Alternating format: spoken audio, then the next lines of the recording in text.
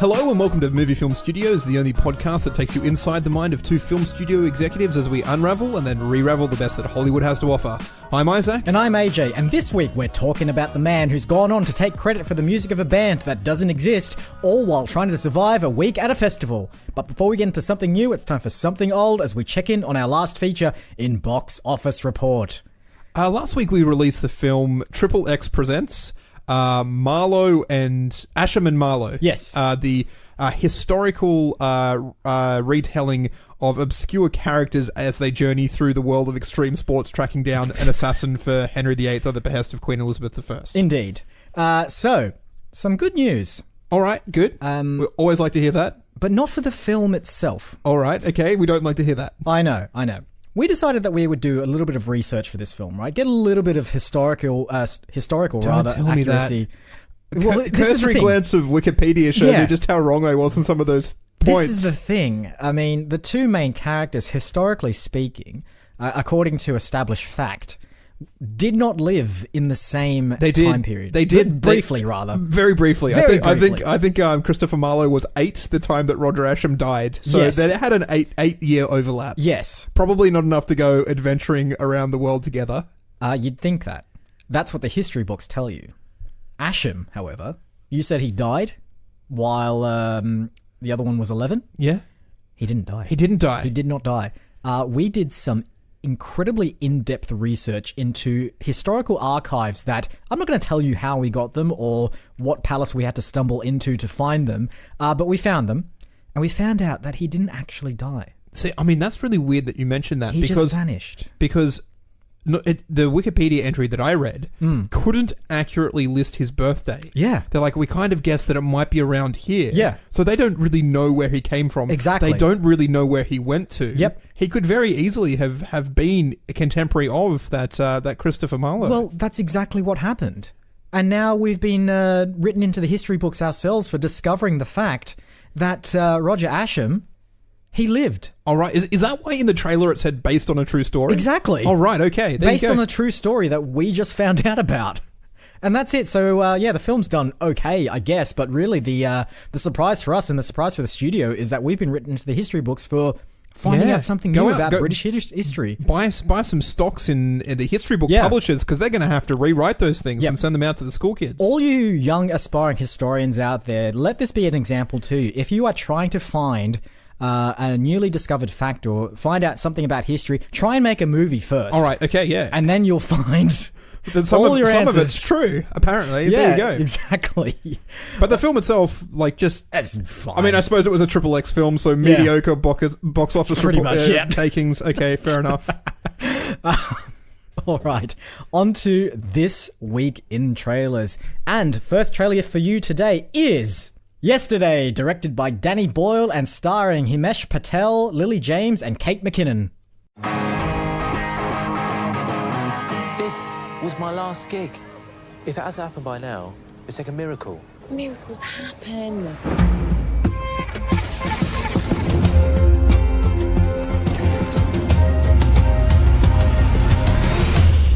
What happened? Electricity flicked off all over the world. Yesterday, Ellie bought you a present. All my troubles seem so far away. Now it looks as though they're here to stay. Oh, I believe in yesterday. When did you write that? I didn't write it. Paul McCartney wrote it. The Beatles. Who? So this is I didn't know where this was going when it started, but the trailer goes Himesh Patel riding his bike one night. It establishes that he's a struggling musician first. Yep. He's riding his bike one day. All the power goes out to London instantly, and he crashes. He's hit by a car. He's hit by a car, crashes. Wakes up and is recovering. And then is on holiday somewhere and just happens to play Yesterday, the Beatles song, on guitar. And all of his friends are just like, what is that? What song is that? Did you just write that?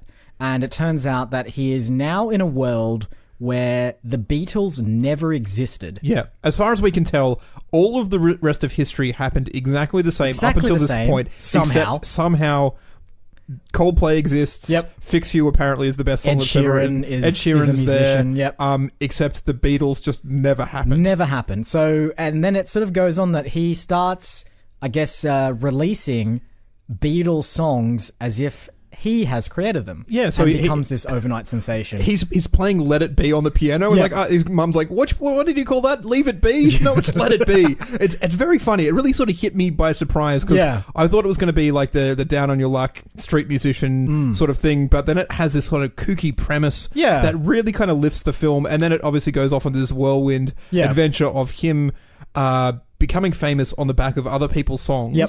And everyone going, how is it that you are such a talented, creative songwriter? Yeah. And him struggling to deal with both the fame and his fraudulent nature. Exactly. And it's got, as you said, like a plethora of, I think, I don't even know who shows up in this. Ed Sheeran shows up in this. James Corden shows up as himself, like as a talk show host, and he's got the main character. He's got Himesh Patel on his show to talk about his music and so on. And then he gets him to like create a song on the fly, and he writes something. Yeah, George Harrison's beautiful song, Something in the Way You Move. It's just, I mean, look, I'm a sucker. I love the for Beatles. Beatles music. I'm very much. It's one of the only bands that I listen to, and so that's really right up my alley. The alternate kooky universe things right up my alley. Yep. Himesh Patel can sing and play songs as well, which is really nice. Yep. The likes of Danny Boyle makes it look like when he's shooting the big stadium scenes and the big concerts, he's actually like. It's full of people. The lighting's all right. He's got the big budget know-how to make it look good. It looks great. It looks fun. According to Wikipedia, Paul and Ringo are in the film. Oh, really? At some point, and I just like, I hope they're playing characters. I hope it's better than Pirates of the Caribbean 5, Paul McCartney, because that was horrendous. Yeah. So, kudos, Danny Boyle. Good job for leaving the James Bond project to do this instead, because this looks Did he way drop better. off the James Bond? He did. Oh, okay. Oh, wait, did he? Yes, he did. He Okay. did. The new one's being directed by someone else. Next film for you today is Shaft, directed by Tim Story and starring Samuel L. Jackson, Jesse T. Usher, and Richard Roundtree. Hi, I'm looking for Shaft. Who's asking? John Chef Jr., your son. My son? Junior? Yeah. You know they say that cat Shaft is a bad mother. Shut your mouth. Ignore him. He thinks he's a black James Bond. That dude was real. He'd think he was me. If you gonna pursue this investigation, I'm gonna have to babysit your ass. Damn! Oh, look at here! How long's it been? Never long enough. Lady Syphilis, Madam Chlamydia. It's lovely to meet you both. That's Junior's mama. She a little bitter. So this is the third film. The third film called Shaft. It's the second one starring Samuel L. Jackson. Yes. It's the second one starring Richard Roundtree. No, he wasn't he cameo in the. It's the fifth one starring Richard Roundtree. I mean, I was talking specifically of the films called Shaft. he was in all of them. He was in the even in the 2000. Yep. Oh, there you go. He's Yeah. been in all three. Originally a TV series back in the 60s about a smooth talking police officer with that soundtrack by Isaac Hayes. And this looks completely different.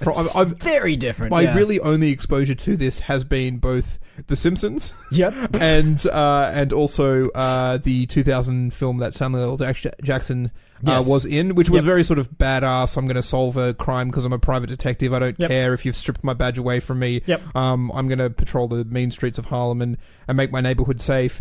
This kind of feels a bit screwball-y in a way where Samuel L. Jackson is still Shaft. His son, Shaft Jr., shows up and is being taken along, and he's a bit of a nerdy kind of character who's a bit fish out of water, inexperienced. And then Shaft's dad shows up. Shaft Senior. Shaft Senior. So does it make it Shaft the Third? Anyway, Possibly, yeah.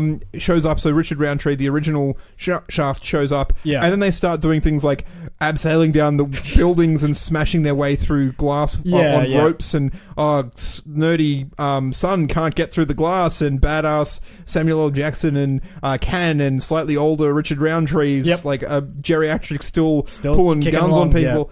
Yeah. It tonally feels much more of a comedy than any of the other Shaft things I've seen, but I can't understand why they called it Shaft. I just don't understand. This is an interesting case because it's a film that maintains continuity with the film that came out in 1971. So they're all related. They're all meant to sit in the same universe. But in a way that they didn't plan it, but still works out really, really well. It's Halloween all over again, isn't it? it is. Speaking it's of like having the original main actress or actor come back for a film 40 years later that's called exactly the same thing as the original film.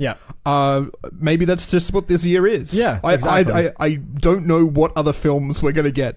Jaws. It's just Richard Dreyfuss as an old man just shows up as the boat captain for no reason. Yeah, and then the relative of the original shark is also there as well. So it's just a big family beef after what? How many years? Oh man, 75. So it's like that's many years. I assume people tell me 44 years or there something. There you go. Yeah, I mean the shark's progeny by now would be out and about doing things. So could definitely look, reboot Jaws and make it a direct sequel to just the first one. But also you have to call it Jaws. Yeah, exactly. You can't call it Jaws 5 the Revengeing or whatever.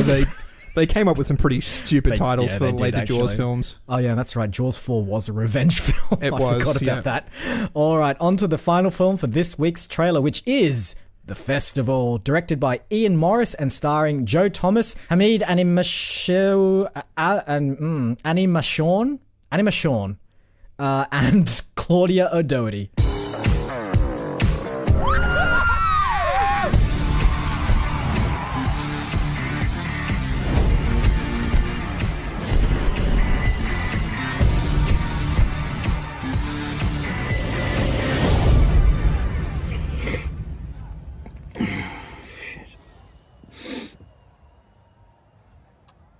That's not good. What the hell are you doing in my car? Oi! I'm gonna call the police!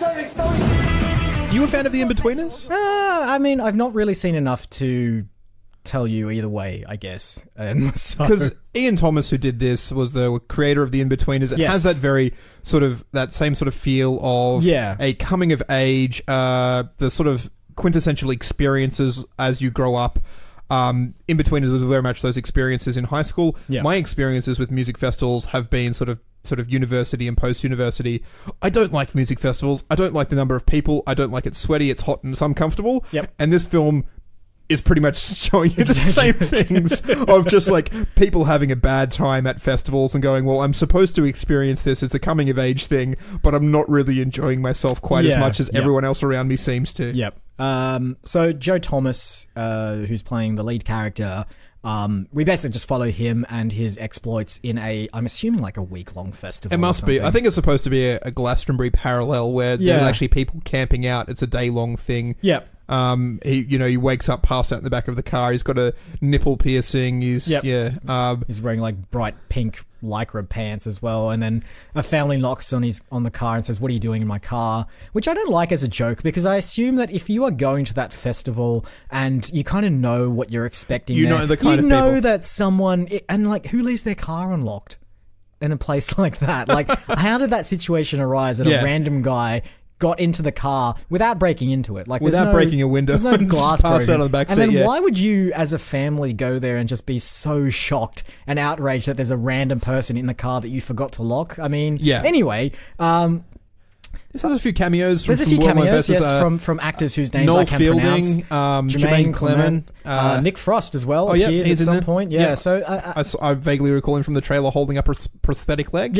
Something like that. Yeah. So look, if you're a fan of that kind of In-Betweeners sort of gross out comedy, I always assume that the In-Betweeners was like it does. Again, I don't want to defend the In-Betweeners. The first couple of seasons are very, very nuanced in the way that you sort of they sort of do their humor just through shared human experiences. Yep. And then it gets to sort of the movies, the later seasons, the movies and the films, and it's very much, we're going to get pooed and peed on. And I'm like, I don't appreciate that quite as much as the, hey, that awkward experience when you're making out with a girl at a caravan park, and I'm just like, this is just hitting way too close to home of my experiences of being like an awkward 15 and 16-year-old boy. So In Between has hit the mark very well. Yep. I don't know. This seems to ring true to my experience. Again, the humor's not really kind of where I want it to be, but I think it could be a fun sort of romp through. We're a new generation. Exactly. We're old millennial farts now. Like, our time has passed. Anyway, go and see that sometime last year, actually, if you're in the UK. If you are in the UK, you'll be away talking about this. This came out in August. It is getting some limited release here in Australia. Excellent. Over the next couple of months, which is why we decided to talk about it now. Yeah, why not? Because, our international audience is so varied. Hello, international audience. Exactly, who have already seen this film. All two of you. Exactly. All right. Those are the trailers for this week's episode, but of course, before we can do anything with those, we're going to have to take a little walk over to the green room.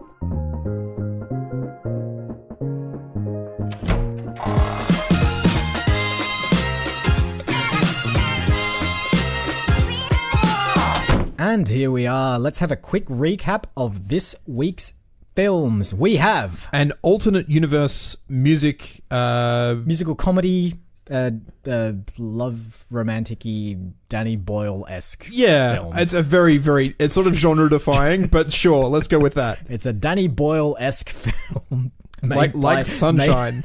Yeah, and there was the Danny Boyle-like film called Slumdog Millionaire. That was pretty Boyle-ish. Yeah. We also have... And 28 Days Later, don't forget that. Oh, yeah, I forgot about that one too, yeah. He doesn't really fit very well inside a genre. No. So when you say Danny Boyle-esque, you're kind of really casting a very whatever he wants. And so it's like a alternate universe musical adventure. Great. We also have... a generational reboot of a cop drama. Sure. Blaxploitation cop drama from the 70s. Sure. And finally, we have... a coming-of-age event with gross-out humour. Great. Now, I chose last episode. Did. So the honour goes to you. Interesting one. There's a few here that we haven't done before. Yeah. I really, as of all the trailers that we watched, I am definitely going to watch Yesterday as a film. Yep. I think it's too genre-defying for us to use it as the kernel. Yep. And I don't think we've done like a coming-of-age kind of like moments from your childhood kind of thing in a while. I think we did it once. Yeah. And it turned into like a Buffy fan club thing. But I think I'd like to do that. I think that the coming-of-age... Right. The festival. The festival is the kernel for this week's film. Okay, great. So, is there any particular aspect of your childhood that you'd like to mine for creative... I don't think we go childhood. I think we go with that millennial generation of who are now just about to leave school. Yep. They're about to... maybe go to university. I don't know what the millennials are up to. They're probably still playing Fortnite and watching YouTubes. This is the problem, though. So maybe those millennials are like 5 years younger than us, and that's a lifetime in this day and age. So I think we do that. There's a thing in Australia called schoolies where they go off and party for a bit. I think that's like probably spring break. hitting a bit too close to the home of the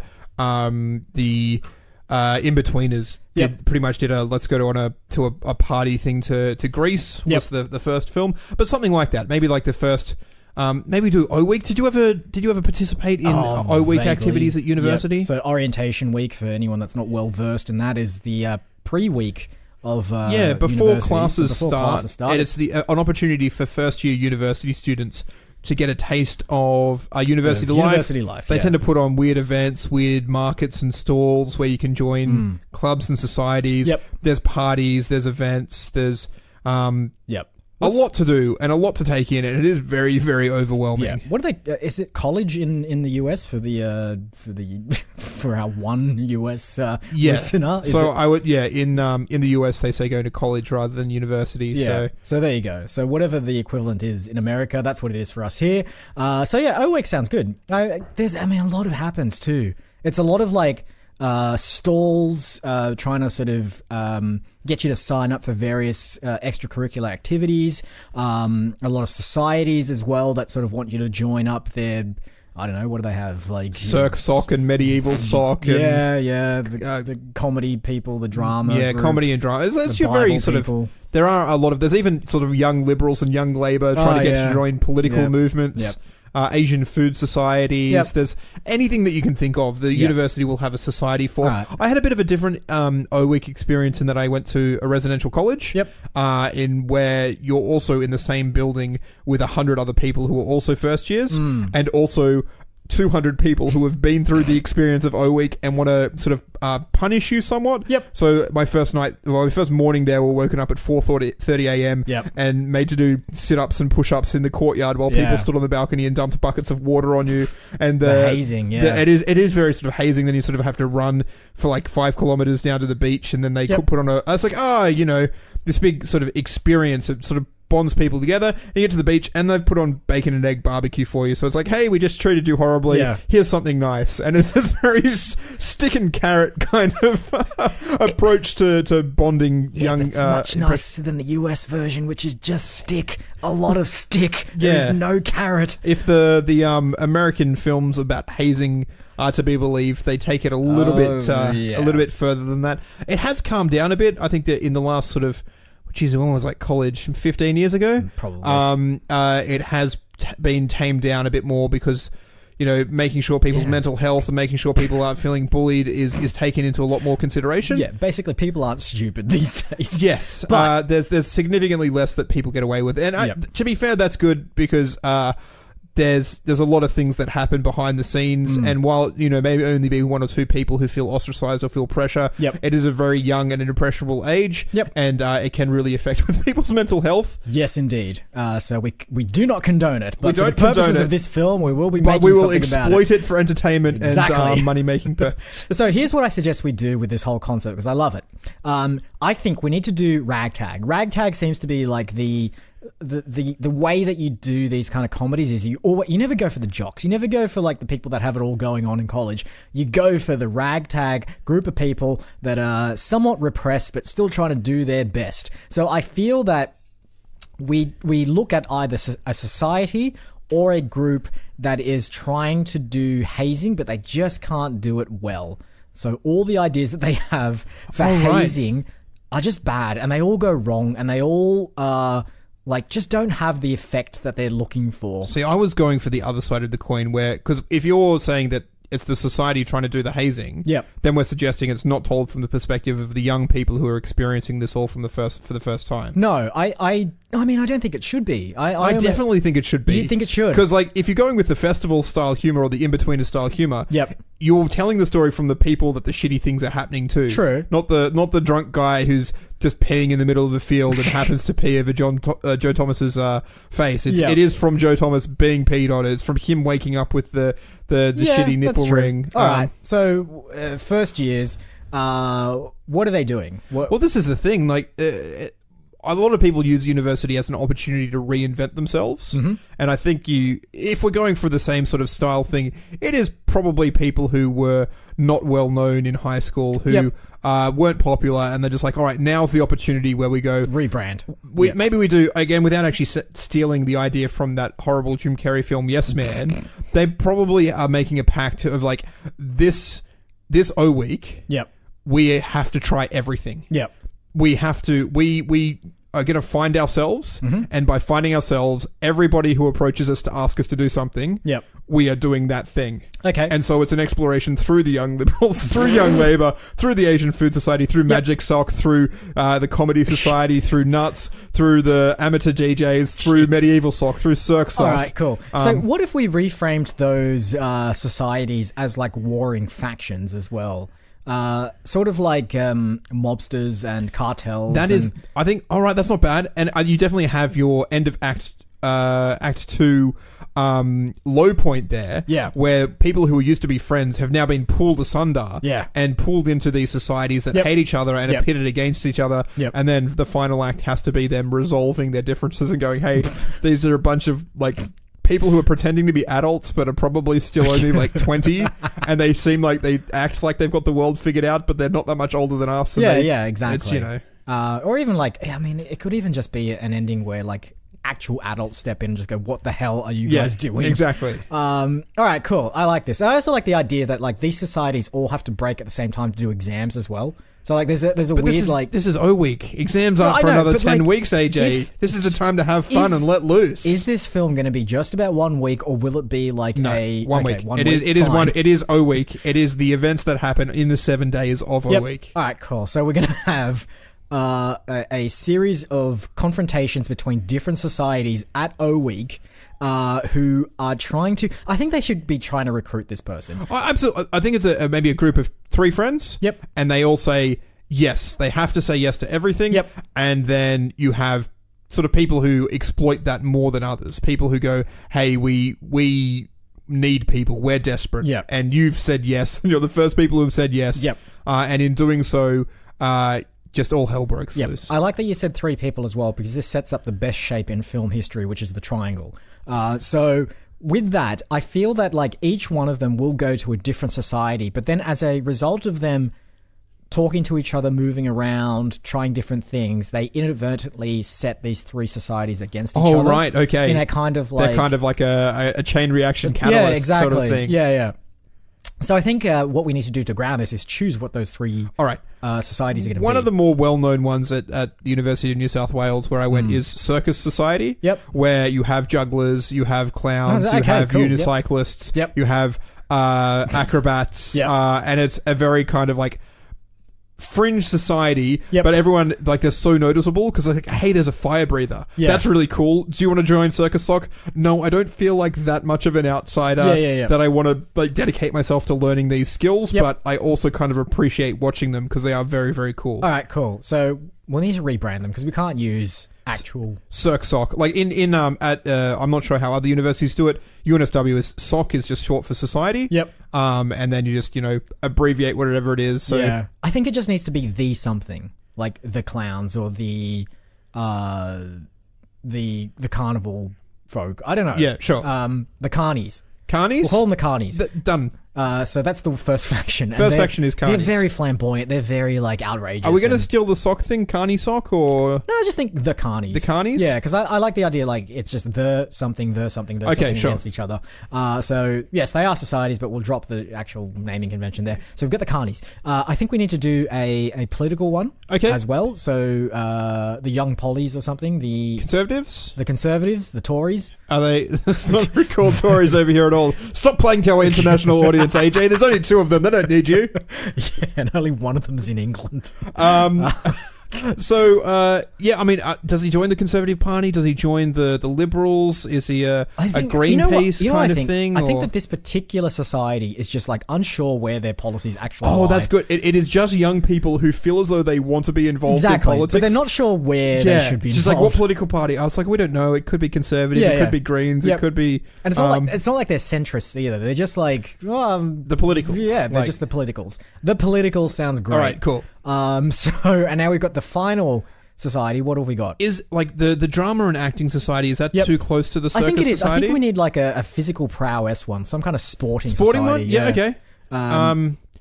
And should it be for an underrepresented sport, perhaps? Something that's like not... Are we going to go the classic ultimate frisbee of university, where like it's a very sort of cliched thing where no one thinks it's a real sport, but when people get to they take it real. They do take it very, very seriously. I mean, along those lines, I just immediately thought of the Quidditch societies. Yeah. You said that, I'm like, yep.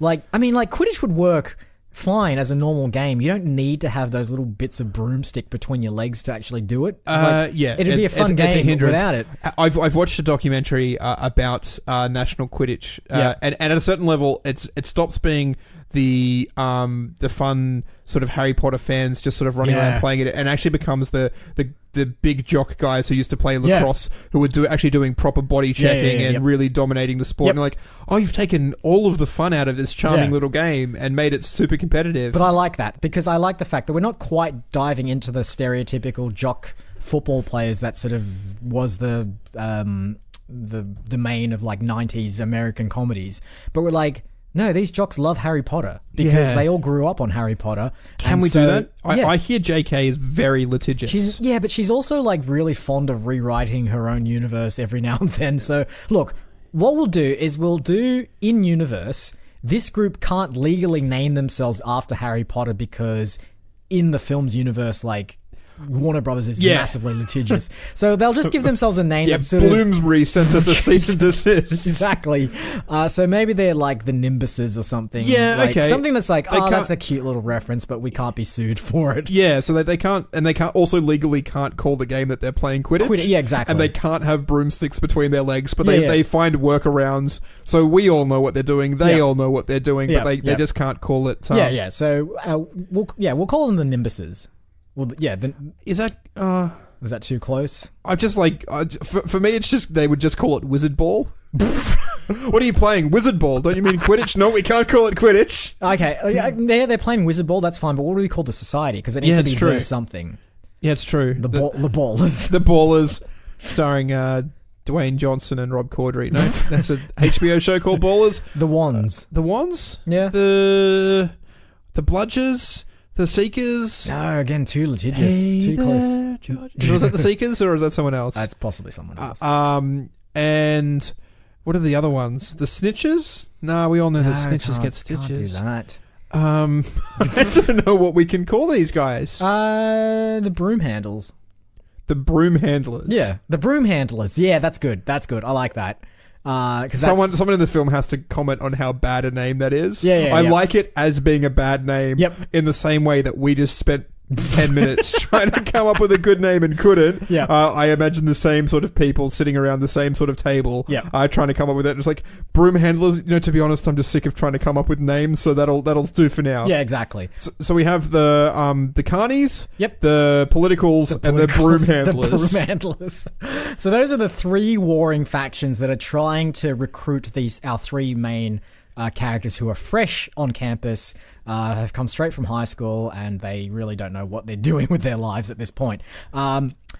So what? I mean, what are our three characters going to be? I mean, does it matter? They just need to be three people. Yeah, literally, we're not going to cast gender or race or sexual orientation. Doesn't matter. To be fair, you experiment, you try new things. Yep. I reckon we just leave it open casting. Whoever comes in and does the best job gets to play one of those three uni students. Whoever's the best, the best depiction of a millennial these days. Exactly. Whatever that happens to look like. It doesn't matter. And then we'll get them to play off each other. So what should happen here? Because really, I think the focus of this story really is on the society. So why do they have? I think most of the times these films are built up around set gags. Yep. Like waking up after having a big night and not knowing what happened. Yep. Is like a big tick. We need to do that in these sorts of films. Yep. The unrequited or the almost chance with a member of the sex that you'd fancy. Yep. And then pursuing that all the week and not really getting anywhere, and maybe finally getting together on the final night. I don't know if we do a nice resolution to that one. No, we don't. Because it needs to accurately reflect university life. Spend the next 3 years pining after the same person and never getting anywhere with them. I like the idea that one of them has sort of spotted someone in one of the societies that they kind of fancy, and they go and join it, and then that person's not really interested in them. But then to impress them, they go and join the other society to sort of be more like what they're into. So it's just if you like someone or fancy someone or have a crush on them. Yep. Again, now I'm playing up to the international audience. I think I did the Australian, the UK, and then the American version of what it means to be infatuated with someone. Yep. You do stupid stuff, which is ill-advised. Yep. So we have the person who's maybe going too hard with the trying the illicit substances and ends up doing crazy things and passing out. We have the person who is infatuated with whatever gender they happen to be infatuated with, and then we have a third person. We have a third person who wants to be a jock. So that's why they go for the broom handlers, because they are the jocks of this current day and age, but can't connect with them because these are new types of jocks. These are the type of jocks that are they're not dumb. They're not brain dead, or not brain dead. They're not big burly brainless, gormless dudes. They are people that are like really like analyzing how aerodynamics affects the piece of wood that's sticking in between their legs. They compare tactics, like they're in depth. Is Like, that enough of a character trait? Wants to be a jock, or is it like what's they want to be spoiled? What's the motivation there? What's the because everyone else doesn't the person who joins a political society their main feature is not wants to be political. It's wants to maybe going too hard. Maybe So is this person being what's their defining characteristic? Their defining trait? Are they obsessive? Do they just get into it too much? Are they needy? Do they want to be accepted? And in wanting to be accepted, they push it too hard. I think that this person probably wants the fame of being a local sports person, right? But so it is try hard. Then. Try hard, yeah. You have someone who's just trying too hard to fit in, trying too hard to be better than they are. Yep. And that's the kind of person who ends up isolating their friends, I think, in these kind of situations. Yeah. And so they're the person that and probably trying too hard. They may be in like some sort of what's supposed to be a friendly sporting type competition, end up taking out one of their friends really hard in a friendly wizard ball match. In wizard ball, the wizard ball semi-finals. And in that sense, like that's the end of Act 2, where it's like, well, if you're going to be like that, we're not friends anymore, sort of thing. Yeah, exactly. All right, great. So we have the lovesick, the substance abuser, and the try hard. Come at us, any young aspiring actors and actresses, and whoever really nail those roles. And that's the thing. We don't actually really need to think too much about casting if we're casting. But these films are always filled with strange cameos. Yeah. Big name people who show up for all of 5 minutes. Big name people. People that are... I've also noticed that they're like... They don't play to age either. No. They're always just like older than they should be in this context. I think the joke in a lot of senses where you see Nick Frost still at a festival is that it's like... The joke is he's too old to be doing that, but there's always those guys who just like can't let it go. It's like this is their defining thing, and they come back year after year, even when it's sort of become a little bit sad. The alumni who come back for these celebrations year after year. I wanted to cast maybe the chancellor of whatever university it is as Russell Crowe. Oh, yeah, I reckon we can get Russell Crowe in for a little bit. Yeah, absolutely. I think we also need an on-the-nose cameo, and I feel that like for the Wizard Ball one, we need someone that was in the Harry Potter films. Oh, right, okay. I want to say Rupert Grint, because he'll do it. He just will. The guy that played Ron. I'm aware of who Rupert Grint is. Okay, good. I'm just worried. I'm just like, is he on exchange or what's the guy? I feel as though this is set in a fictional university in Sydney, which is why I cast Russell Crowe as the chancellor. Yep. And then he's on exchange. He's like, what are you doing? I was like, doing my degree again because I feel like I missed out the first time. Yep. Oh, what were you doing? I was a child actor. Any films that you're in? Probably none that you've heard of. Yeah, exactly. Yeah. Or there's even a nice like we can do. Well, this is actually a gag I'll steal from Flying High / Airplane, but where it is just the famous person, but they're categorically denying that they are that famous person. The Kareem Abdul-Jabbar that was one. very, very funny, yeah. I like that.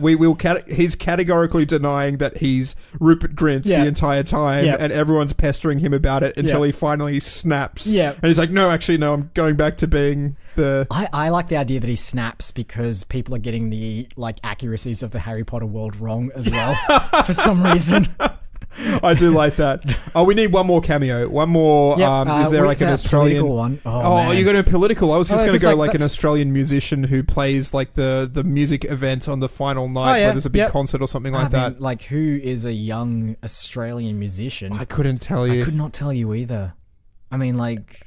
There's some sort of Seconds of Summer. They're a big sort of punk rockish pop band from Brisbane who are much bigger over 6 Seconds of Summer. Yeah, it sounds about right. Then, look, I feel like they're not famous enough. I think they're really big in America. Okay, and just like the fact that they're from Australia is lost on. Must just be Australians of our generation, or anyone who's older than.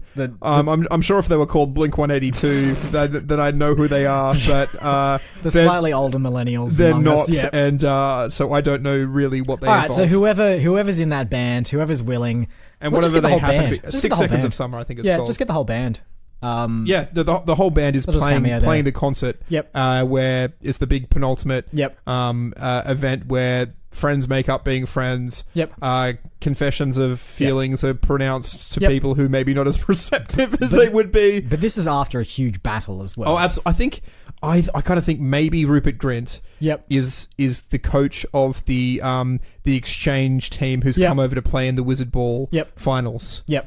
So he's brought his team across from Oxfordshire or whatever. Yeah, great. You know what I want to do, actually? I want to take... again, I'm just going to steal stuff from other films, but Monsters University, a film that's mostly kind of average, just had this sort of like...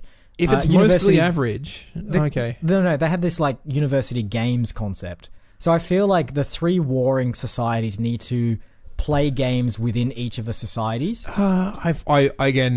I really, really hated Monsters University, Yeah, look, and I'd everyone rather not did. take... Like, I'd still like to keep it as true to O-Week form as possible, All right. whilst also introducing the idea of a Wizard Ball tournament and an exchange team that's come across for that tournament. I'm sure that happens. It does on happen, current probably uni. not so much in O-Week, and probably not so much with international exchange. Yes, but otherwise, yeah. we've got to get Rupert Grint over somehow. Yeah, absolutely. I also think that we do need some kind of cameo for the political party, the politicals.